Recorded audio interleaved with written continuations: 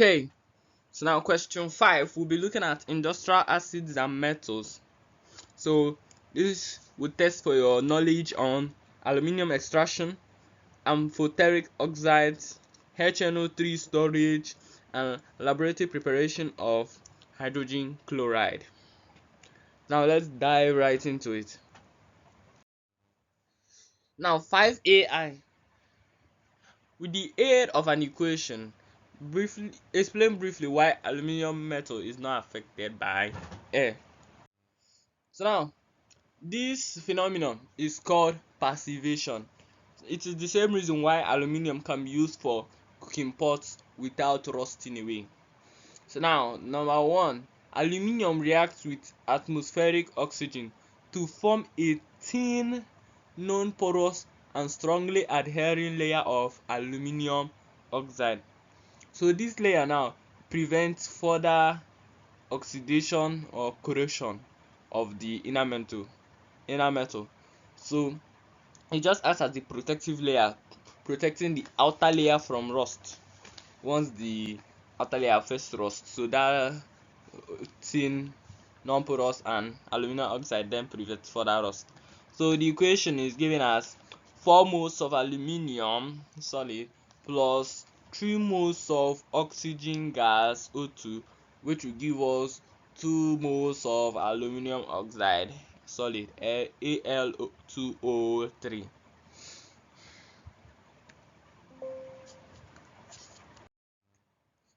In the extraction of aluminium from bauxite, state the substance used for purifying the ore and composition of the mixture electrolyzed. So now, this is a tip. Cryolite is added to drastically lower the melting point of alumina from around 2050 degrees Celsius to 900 degrees Celsius. This is a massive save in terms of electricity, as you don't want those electricity bill to go high and you no yield efficient amount of profit from this. So they add cryolite to reduce energy cost. So now, state the substance used for purifying the ore is sodium hydroxide solution. So sodium hydroxide aqueous, or you can say caustic soda. And the composition of the mixture electrolyzed is a composition of pure alumina, which is Al2O3, dissolved in molten cryolite, which is also called Na3Al(F6). So that is that. Now B says zinc oxide is an amphoteric oxide. Write equations to illustrate this statement. So now, amphoteric means that it reacts with both acid and bases.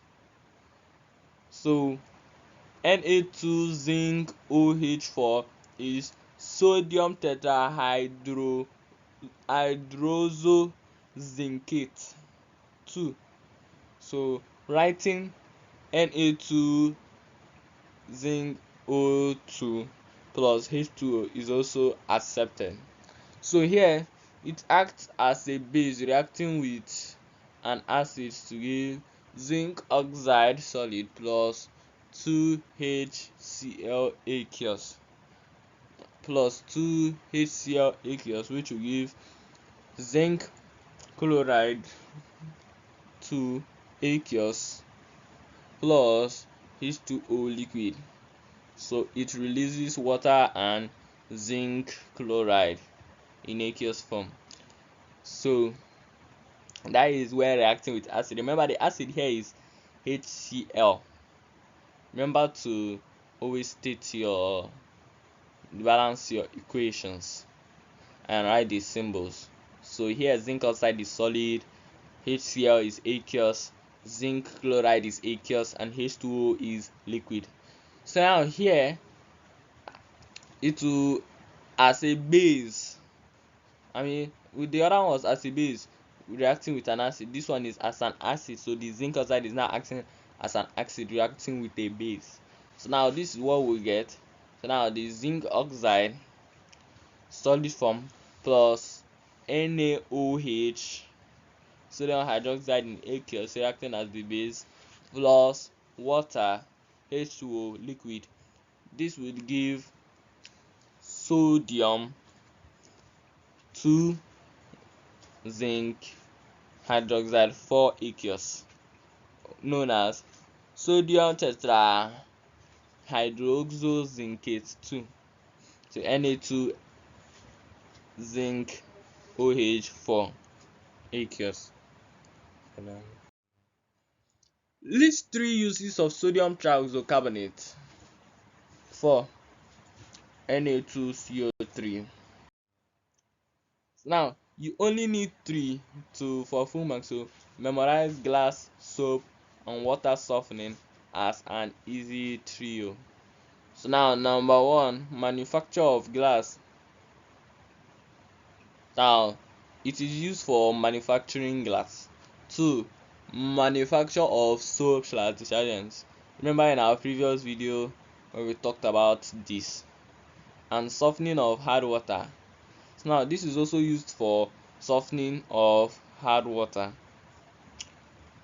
You can also say it is used in the detection of arachidonic acid. Now number 4, as an analytic, exactly, as an analytic reagent. You see it's even here. Standardizing acids in the lab. And 5, in paper production. Now it's used in the preparation of paper. So here you can list any three out of glass, soap, softening hard water, analytical reagents, or standardizing acid in lab, and paper production. Now CI says, explain briefly why a solution of trioxonitrate 5 acid HNO3 turns yellowish on storage for some time. Now let's look at that. So now, because of this question, this is why nitric acid is usually stored in dank amber bottles in the laboratory to prevent light from decomposing it. So now, one in our steps of reasoning, it must not mean you must number it. You can write this whole tree as a paragraph. Now the acid slowly undergoes thermal or photochemical decomposition when exposed to light. So this decomposition uses nitrogen 4 oxide gas, NO2, and NO2 is a brown gas which imparts a yellowish brown tint onto the acid solution. So this is what happens. So it decomposes and causes a yellowish brown tint. CII, describe briefly how trioxonitrate 5 ions NO3 could be tested for in a laboratory. You must specify that ion 2 tetraozosulfate 6 is freshly prepared and that the concentrated hydrogen tetraozosulfate 6 is poured carefully to down the side. So missing this can cause stomach. So now this is known as the brown ring test. So you add an unknown solution to the test tube followed by freshly poured ion 2 tetraozosulfate 6 FeSO4 solution. So you add an unknown solution to the test tube and then you now add the ion 2 tetraozosulfate 6 FeSO4 solution. Now incline the tube. That means you tilt the tube and carefully pour your concentrated. Carefully, you must be careful. That's why they say you must state carefully down the side. So carefully pour your concentrated H2SO4 down the side. Now number 3, a brown ring forms at the junction of the two liquid layers if NO3, or you can say triazonitrate 5 ions are is present.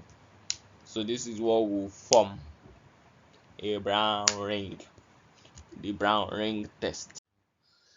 Now this, write the balanced chemical equation for the preparation of hydrogen chloride using concentrated H2SO4 and by direct combination.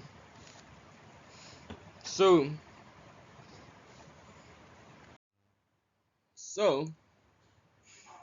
for I, okay, let's continue. So now it says using concentrated H2SO4. So using concentrated H2SO4, we get sodium chloride plus H2SO4 liquid. Remember, the sodium chloride is in solid form. H2SO4 liquid will give NaHSO4 solid plus HCl gas. So NaHSO4 is referred to as sodium hydrogen sulfate 6, and so this is what it will yield. So sodium chloride plus tetraoxo sulfate 6 will give us sodium hydrogen tetraoxo sulfate 6 plus hydrogen chloride gas.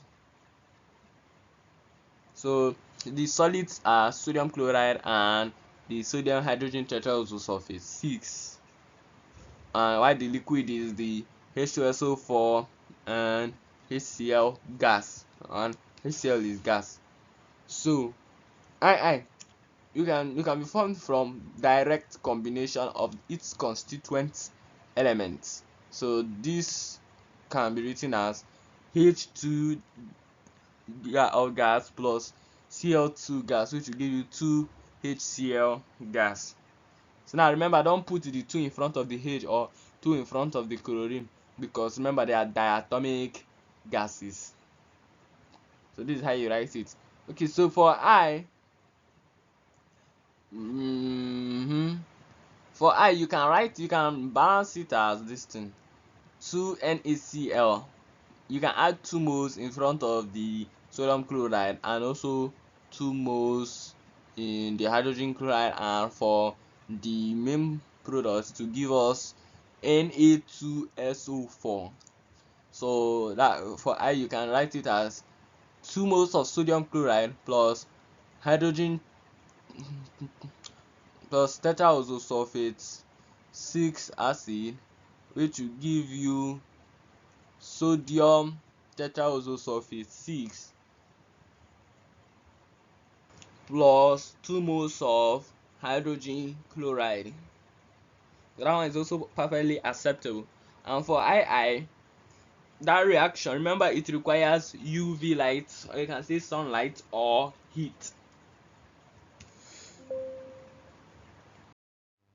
DIII, I think this is the last one of this 2021 theory. It says state one use of hydrogen chloride. Now this is a lovely question, just one. So now, pickling of stew is most common and widely acceptable industrial answer in WAEC chemistry. If you don't want to say pickling, you can say removing rust or removing iron oxide before galvanizing. So number one, pickling of steel, which involves the removal of rust, also known as iron oxide, before galvanizing. 2, manufacture of PVC. So PVC is known as plastics polyvinyl chloride, so it's a polymer. And 3, standardizing alkaline solutions in laboratory. So it's used for standardizing alkaline solutions in the laboratory. And 4, manufacture of gelatin. So it's used in the manufacture of gelatin. So gelatin is used in gummies, desserts, capsules as a thickener. So used in desserts like jelly, so just thickener. So that's what gelatin is used for. So I think that's all for question 5 and for 2021 theory. So remember to like, comment, and subscribe. Bye bye. Have a nice day.